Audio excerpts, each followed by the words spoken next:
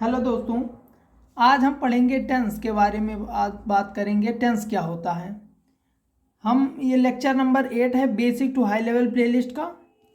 तो tense basically होता क्या है? Tense indicates the time of an action. ठीक, टेंस किसी कार्य के होने के समय को बताता है। जैसे यहाँ पर हमने लिखा he is going to school,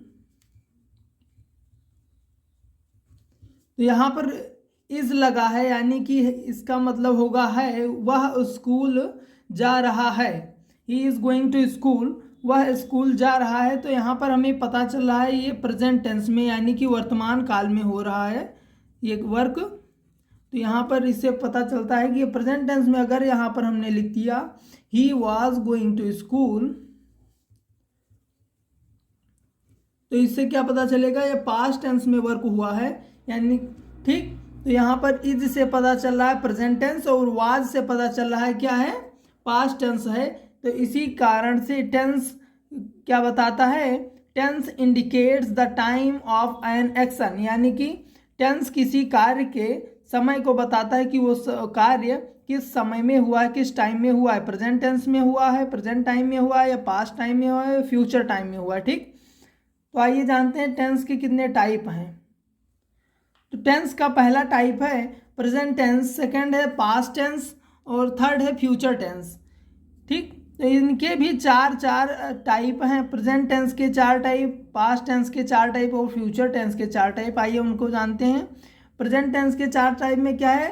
present indefinite tense है, प्रेजेंट कॉन्टिन्यूअस टेंस है, प्रेजेंट परफेक्ट टेंस है, और प्रेजेंट परफेक्ट कॉन्टिन्यूअस टेंस है। और ऐसे ही पास्ट टेंस में पास्ट इंडेफिनिट टेंस है, पास्ट कॉन्टिन्यूअस टेंस है, पास्ट परफेक्ट टेंस है, पास्ट परफेक्ट कॉन्टिन्यूअस है। ऐसे ही फ्यूचर टेंस का भी है 4, future indefinite tense, future continuous tense, future perfect tense, और फ्यूचर परफेक्ट कॉन्टिन्यूअस टेंस। ठीक, ये 4 टाइप हैं, हर एक का 4 अलग अलग टाइप है। ठीक, तो आइए जानते हैं। सबसे पहला है present indefinite tense. Present indefinite tense होता क्या है? ठीक, प्रेजेंट इंडेफिनिट टेंस में हिंदी वाक्य अगर होगा तो उनके लास्ट में मुख्य क्रिया के साथ ता है, ती है, ते हैं, ता हूं आदि शब्द आते हैं। जैसे मैंने लिखा वह खाना खाता है, वह खाना खाता है। तो यहाँ पर क्या है? लास्ट में मुख्य क्रिया क्या है? यहाँ पर क्रिया वर्ब क्या है? खाना। ठीक, खाता है ये वर्ब है, तो यहाँ पर हो गया उसके साथ ता है लगा हुआ है। ठीक, ऐसे ही अगर हमने लिख दिया वह स्कूल जाता है,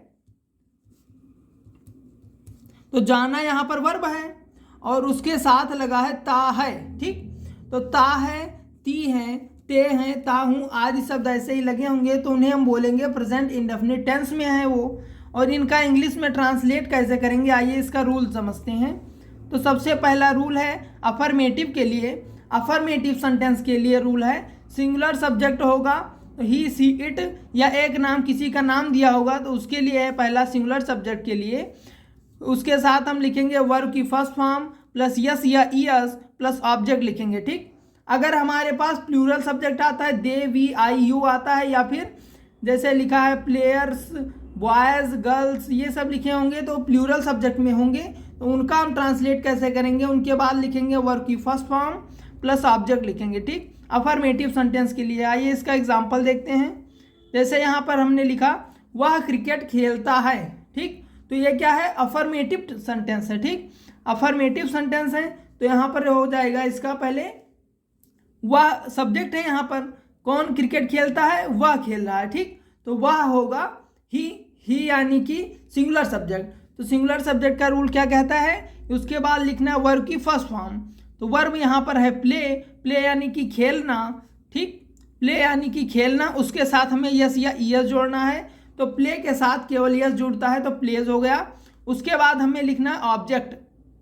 तो ऑब्जेक्ट यहाँ पर क्या है? क्रिकेट, क्योंकि वो क्या खेल रहा है? क्रिकेट खेल रहा है, तो यहाँ पर क्रिकेट हो गया। नेक्स्ट एग्जाम्पल है वे घर जाते हैं। ठीक, वे घर जाते हैं, यहाँ पर सब्जेक्ट क्या है? वे की इंग्लिश क्या होती है? दे। ठीक, तो दे हो गया, यहाँ पर हमने लिखा सब्जेक्ट में दे, और प्लूरल है इसलिए वर्ब की फर्स्ट फॉर्म, इसमें यस या यस नहीं जुड़ेगा। ठीक, प्लूरल में, तो यहाँ पर हमने लिखा दे। और जाना का होता है गो, और गो के साथ हमेशा लगता है टू, तो दे गो टू, फिर कहाँ जा रहे हैं, ऑब्जेक्ट लिखना है हमें होम, ठीक, घर जा रहे हैं, होम हो गया। सेकेंड है निगेटिव सेंटेंस के लिए रूल।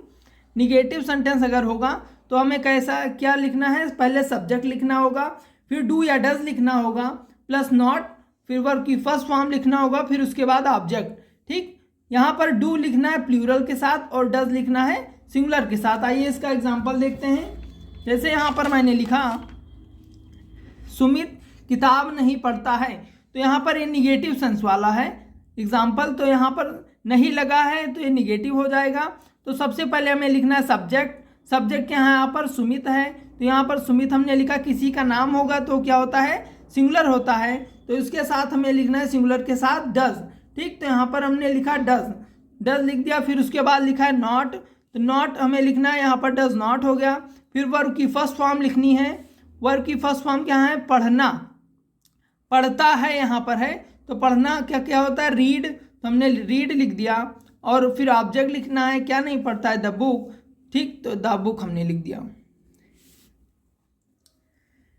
थर्ड रूल है इंट्रोगेटिव सेंटेंस के लिए। इंट्रोगेटिव सेंटेंस क्या होते हैं, प्रश्नवाचक वाक्य, ऐसे वाक्य जिनसे प्रश्न पूछा जाता है। तो यहाँ पर है सबसे पहला क्या से शुरू अगर सेंटेंस होगा, इंट्रोगेटिव सेंटेंस ऐसा जो क्या से शुरू हो, तो वहाँ पर हमें सबसे पहले क्या लिखना है, डू या डज, दोनों में से एक लिखना है, फिर सब्जेक्ट लिखना है, फिर वर्ब की फर्स्ट फॉर्म, फिर ऑब्जेक्ट, फिर क्वेश्चन मार्क लगाना है। जैसे यहाँ पर हमने लिखा क्या सुमन स्कूल जाती है, ठीक, तो यहाँ पर क्या से शुरू होने वाला सेंटेंस है, इसलिए पहले लिखेंगे हम डू या डज, दोनों में से एक। तो डू लिखते हैं हम प्लूरल के साथ और डज लिखते हैं सिंगुलर के साथ। तो यहाँ पर सब्जेक्ट क्या है, सुमन, तो सुमन क्या होगी, सुमन है एक नाम है किसी का, तो सिंगुलर होगा, सिंगुलर के लिए हम लिखते हैं डज, तो डज हमने लिखा। फिर उसके बाद सब्जेक्ट लिखना है, सब्जेक्ट क्या है, सुमन, सुमन हमने लिखा। फिर वर्ब लिखना है, वर्ब होता है यहाँ पर वह क्या, वह स्कूल जाती है, तो जाना क्या होगा, कोई कार्य जो हो रहा है उसे हम बोलते हैं वर्ब, तो जाना होगा वर्ब, गो लिखा हमने, उसके बाद टू लिखा, फिर कहाँ उसके बाद लिखना है ऑब्जेक्ट, ऑब्जेक्ट यहाँ पर क्या है, स्कूल जा रही है, ठीक, तो स्कूल हमने लिखा और फिर क्वेश्चन मार्क लगा दिया, ठीक। ऐसे ही इंट्रोगेटिव सेंटेंस का दूसरा रूल है बीच में क्वेश्चन वर्ड के लिए। बीच में क्वेश्चन वर्ड कैसे होता है, जैसे यहाँ पर लिखा है वे बाजार क्यों जाते हैं, तो यहाँ पर क्वेश्चन वर्ड क्यों बीच में आया है, इसलिए ये हो जाएगा बीच में क्वेश्चन वर्ड, ठीक। तो यहाँ पर सबसे पहले हमें लिखना है क्वेश्चन वर्ड की इंग्लिश, QW यानी क्वेश्चन वर्ड की इंग्लिश लिखनी है, फिर डू या डज लगाना है, सब्जेक्ट, वर्ब की first form, object, question mark, ठीक। तो यहाँ पर देखते हैं सबसे पहले डज, यहाँ पर वे बाजार क्यों जाते हैं, ठीक। तो यहाँ पर सबसे पहले क्वेश्चन वर्ड की इंग्लिश हमने लिखा वाई, क्यों का हो गया वाई, फिर डू या डज लगाना था, तो यहाँ पर सब्जेक्ट है वे, ठीक, सब्जेक्ट है वे, तो वे का क्या होता है, दे होता है, और दे कैसा होता है, प्लूरल होता है, इसलिए हमें लिखना है डू, ठीक। तो हमने लिखा वाई डू, फिर उसके बाद सब्जेक्ट लिखना था, तो हमने सब्जेक्ट लिख दिया दे, फिर लिखना था वर्ब, तो यहाँ पर जाना वर्ब है तो गो हो गया, ठीक, दे, फिर गो लिख दिया हमने, फिर उसके बाद टू, फिर ऑब्जेक्ट लिखना था तो मार्केट लिख दिया और फिर क्वेश्चन मार्क। नेक्स्ट रूल है इंट्रोगेटिव निगेटिव सेंटेंस के लिए।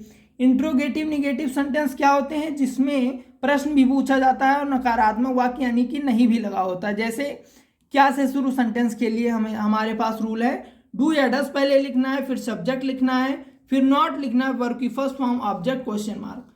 जैसे यहाँ पर हमने लिखा क्या वे आपको नहीं बुलाते हैं, ठीक, तो यहाँ पर क्या से शुरू सेंटेंस भी है और नहीं भी लगा है, तो इंट्रोगेटिव निगेटिव हो गया और क्या से शुरू वाला रूल लगेगा यहाँ पर, ठीक।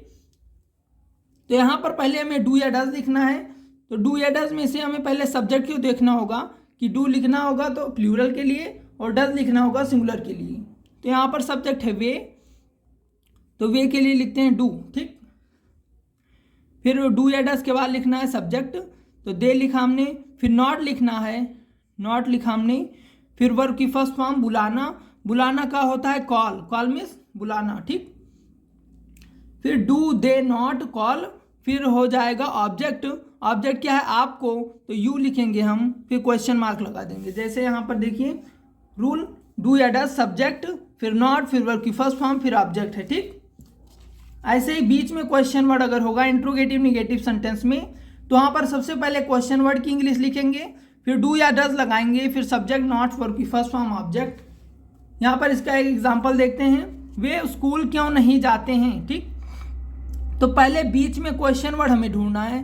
क्वेश्चन वर्ड है क्यों, और यहाँ पर नहीं भी लगा इसलिए हो जाएगा इंट्रोगेटिव निगेटिव सेंटेंस। ठीक, और बीच में क्वेश्चन वर्ड वाला रूल लगेगा। क्वेश्चन वर्ड की इंग्लिश क्या होगी, वाई, क्योंकि होगी वाई।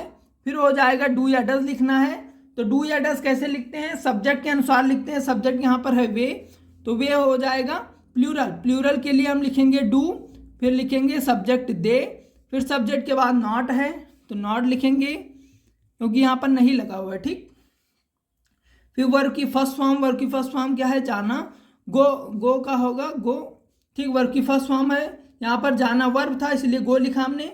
फिर गो के बाद टू लिखते हैं, फिर स्कूल जा रहा है, ऑब्जेक्ट है यहाँ पर, तो ऑब्जेक्ट के लिए क्या लिखेंगे, गो टू स्कूल, या CHOOL, फिर क्वेश्चन मार्क लिख देंगे। ठीक, लेक्चर 1 से देखने के लिए प्लेलिस्ट पर जाएं। प्लेलिस्ट पर आपको केमिस्ट्री की और इंग्लिश ग्रामर दोनों की प्लेलिस्ट मिल जाएगी।